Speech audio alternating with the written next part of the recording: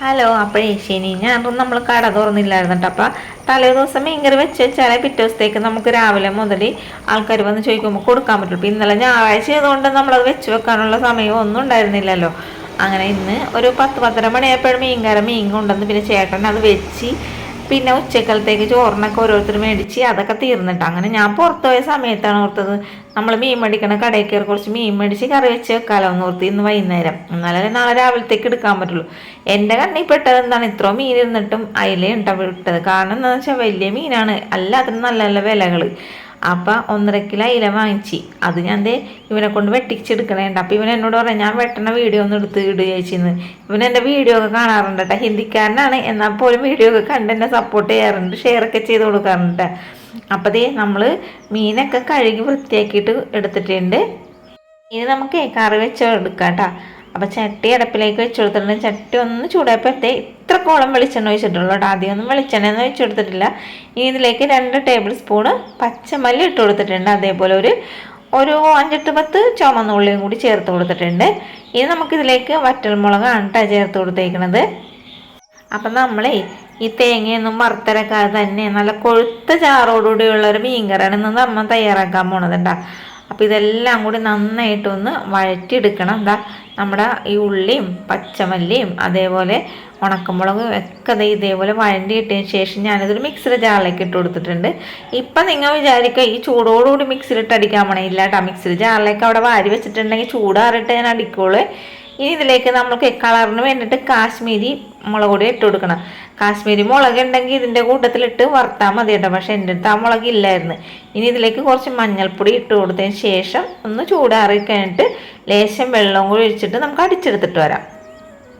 ഇനി ആ ചട്ടിയിലേക്ക് കുറച്ച് വെളിച്ചെണ്ണയും കൂടി ഒഴിച്ചു കൊടുത്തിട്ടുണ്ട്. കടുക് ഇട്ട് കൊടുത്ത് പിന്നെ ഉലുവയും കൂടി ഇട്ട് കൊടുത്ത് അത് രണ്ടും പൊട്ടിയതിന് ശേഷം ഇഞ്ചിയും വെളുത്തുള്ളി. അപ്പോൾ ഇഞ്ചിയും വെളുത്തുള്ളി എന്ന് വെച്ചാൽ ഒരു തുടം വെളുത്തുള്ളിയും ഒരു ചെറിയ പീസ് ഇഞ്ചിയും കൂടി അരിഞ്ഞാണ്ട് എടുത്തേക്കണം. ചതച്ചെടുക്കരുത് ഈ ഒരു കറിക്ക്.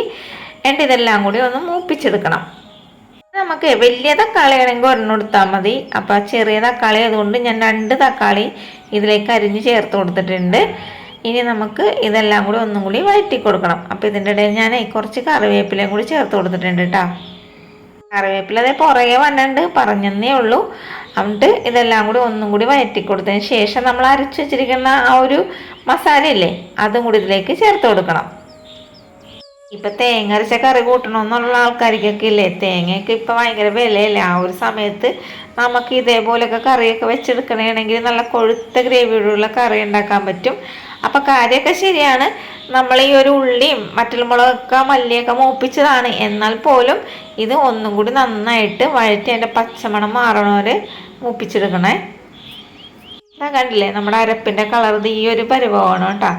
എന്നിട്ട് ഇതിലേക്ക് ഞാൻ കുറച്ച് നേരത്തേക്ക് പുളിയൊക്കെ വെള്ളത്തിലിട്ട് വെച്ചുള്ളൂ, മറന്നുപോയി. അല്ലെങ്കിൽ നേരത്തേക്ക് മീൻകറിക്ക് ഞാൻ പുളി വെള്ളത്തിലിടണേണ്.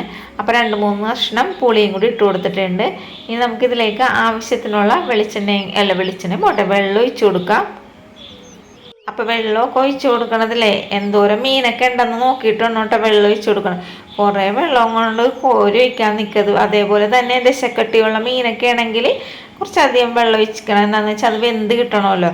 ദശക്കട്ടിയില്ലാത്ത മീനൊക്കെ ആണെങ്കിൽ അധികം വെള്ളം ഒഴിക്കേണ്ട ആവശ്യമില്ല, കാരണം അതിനധികം വേവും ഉണ്ടാവില്ല. ഇനി ആവശ്യത്തിനുള്ള ഉപ്പും കൂടി ഇട്ട് കൊടുത്തിട്ട് ഇതിനെ ഒന്ന് തിളക്കാനായിട്ട് അനുവദിച്ചു കൊടുക്കണം. തിളച്ച് കഴിയുമ്പോൾ എന്താണെന്ന് എല്ലാവർക്കും അറിയാലോ, മീൻ അങ്ങനെ ഇട്ട് കൊടുക്കണം. പിന്നെ നമ്മുടെ കടയിൽ ഈ കഷ്ണിക്കാറൊന്നുമില്ല കേട്ടോ. മീൻ എന്താണെന്ന് വെച്ചാൽ വേറെ ഒന്നുമില്ല, ഈ തലഭാഗം അവിടെ ഇരിക്കും, വാൽഭാഗം മാത്രം എല്ലാവരും മേടിക്കും. പിന്നെ അതുമല്ല മീൻ കഷ്ണിച്ച് കഴിഞ്ഞാൽ ആരെയും കണ്ണി പിടിക്കൂല. പിന്നെ കൂടുതലായിട്ട് ഇങ്ങനെ അയിലക്കറി വെക്കണ എന്താണെന്ന് വെച്ചാൽ എല്ലാവർക്കും നോക്കുമ്പോൾ വലിയ പീസാണല്ലോ എന്നൊക്കെ ഓർത്ത് മേടിക്കുകയും ചെയ്യും കേട്ടോ. അതുകൊണ്ടാട്ടോ പെട്ടെന്ന് അയിലക്കറി തീർന്നു പോണത്. കേരയൊക്കെ കറി വെച്ച് കൊടുത്തിട്ടുണ്ടെങ്കിൽ 2 പീസ് കൊടുത്താൽ ആൾക്കാരെ കണ്ണി പിടിക്കൂല. കാരണം എന്താണെന്ന് പറയുക, ഇത് വെന്ത് കഴിയുമ്പോൾ പീസൊന്ന് ചുരുങ്ങുമല്ലോ. ഇത് അയിലക്കറി ആണെങ്കിൽ അയിലൊക്കെ നല്ല കണ്ണും മൂച്ച് തന്നെ കിടക്കും. അപ്പോൾ എല്ലാവർക്കും കാണുമ്പോൾ വലിയ അയില കറി എന്നൊക്കെ ഉള്ളൊരു വിചാരത്തിൽ പേടിക്കും. പിന്നെ അതുപോലെ അയില നല്ല ടേസ്റ്റാണ്, നമ്മൾ ചൂടോടുകൂടി കഴിക്കുമ്പോൾ നല്ല ടേസ്റ്റാണ്. അപ്പോൾ നമ്മുടെ അയിലക്കറിയൊക്കെ ഇവിടെ റെഡി ആയിട്ടുണ്ട്. കണ്ടില്ലേ, നല്ല കുറുകിയ ചാറോടുകൂടിയുള്ള കറി.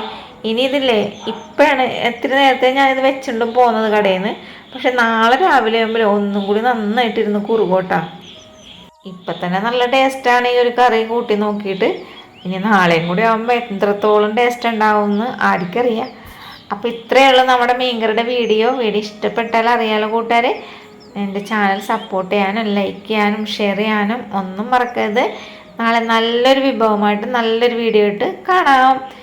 Thank you.